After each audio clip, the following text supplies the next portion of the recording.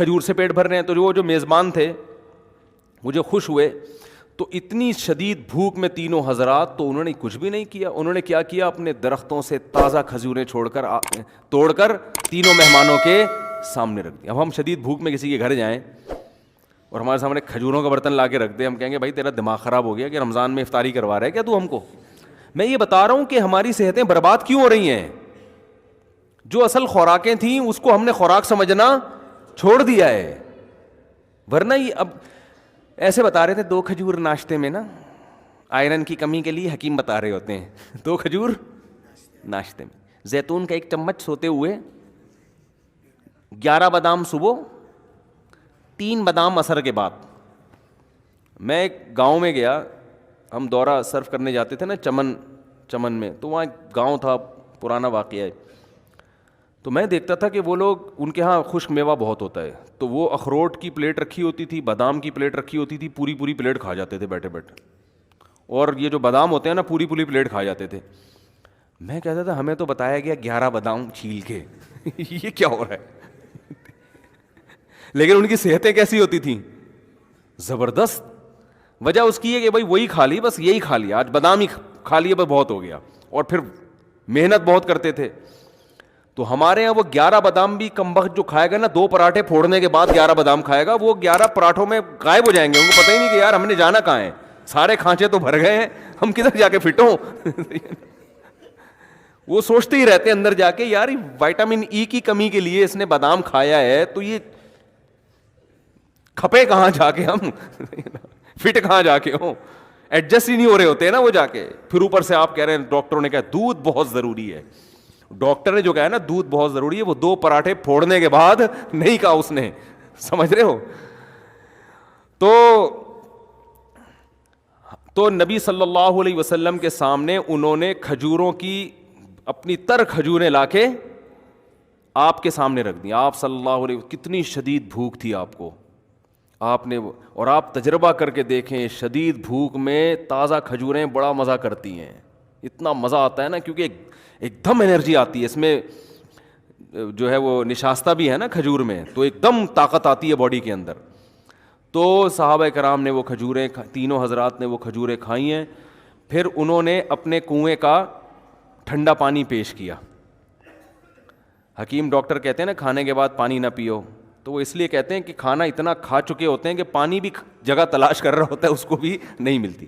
لیکن نبی کی سیرت سے ملتا ہے کہ جب آپ نے پیٹ بھرنا اس زمانے کے لحاظ سے, جو 1/3 پیٹ جس کو کہتے تھے, تو اس کے بعد آپ نے پانی بھی پیا ہے, کیونکہ پانی کا مزہ ہی کھانے کے بعد آتا ہے. یہ بھی نیچرل ہے. یہ جو لوگ کہتے ہیں نا کھانے کے بعد پانی پینا خلاف سنت ہے, ایسی کوئی بات نہیں ہے. کھانے کے بعد پانی پینا نیچرل ہے, انسان کی فطرت ہے, اس کا دل چاہتا ہے پانی پینے کا, اور مزہ ہی اس وقت آتا ہے. اور قرآن و سنت سے بھی ثابت ہے. ایک تو یہ حدیث سے آپ نے کھایا, کھجوریں کھائیں اور سیر ہو کے پھر پانی پیا آپ نے, اور پھر آپ نے فرمایا اللہ کی حمد و ثنا کی, اور پھر آپ نے فرمایا لَتُسْأَلُنَّ يَوْمَئِذٍ عَنِ النَّعِيمِ, تم سے ان نعمتوں کے بارے میں قیامت میں سوال ہوگا.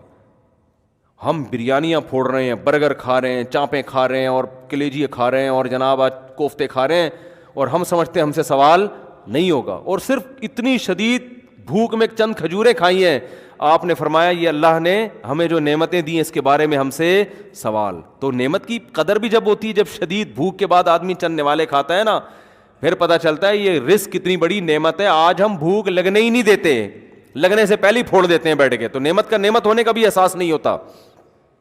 جیسے افطار کے وقت نبی جو دعا پڑھتے تھے, شدید بھوک پیاس میں جب روزہ کھولتے تھے اور پانی پیتے تھے, ایسا ہوتا ہے نا کتنا مزہ آتا ہے نا, ایک دم جسم میں انرجی آتی ہے.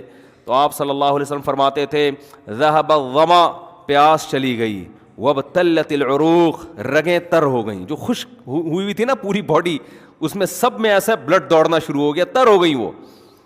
وثبت الاجر انشاءاللہ, اور آخرت میں اجر بھی ثابت ہو گیا. ہر طرح سے مزے ہی مزے ہیں بھائی افطاری میں, کھانے کا بھی مزہ, رگیں بھی تر ہو گئیں, اور آخرت میں اللہ نے روزے کا اجر بھی انشاءاللہ لکھ لیا. تو بات بات پہ شکر ادا کرنے کی ترغیب دی جا رہی ہے. تو آپ صلی اللہ علیہ وسلم نے کھجوریں تناول فرمائیں اور سیر ہوئے اور پانی پیا, اور کیا فرمایا, آپ نے فرمایا لَتُسْأَلُنَّ يَوْمَئِذٍ عن النعیم، جس قیامت قائم ہوگی تو ہم سے ان نعمتوں کے بارے میں، یا تو یہ آیت پڑھی یا آپ نے خود فرمایا کہ ہم سے سوال ہوگا قیامت کے دن. تو یہ جو کھانے کے بعد پانی ہے نا، یہ نیچرل، انسان کا دل چاہتا ہے، مزہ ہی جب آتا ہے کھانے کے بعد. یہ قرآن و سنت سے ثابت ہے.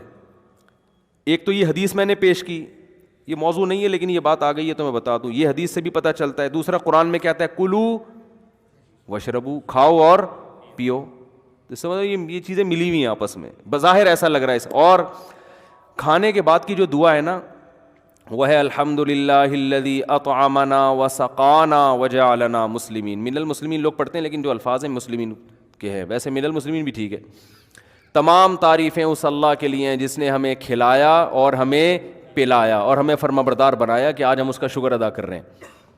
تو کھلانے کے ساتھ کس کا ہے؟ تو یہ کھانے کی دعا، پینے کی نہیں ہے، لیکن اس میں پینے کا بھی شکر ادا کیا جا رہا ہے. اس سے مطلب کہ کھانا پینا دونوں، بولو بھائی، ساتھ ساتھ.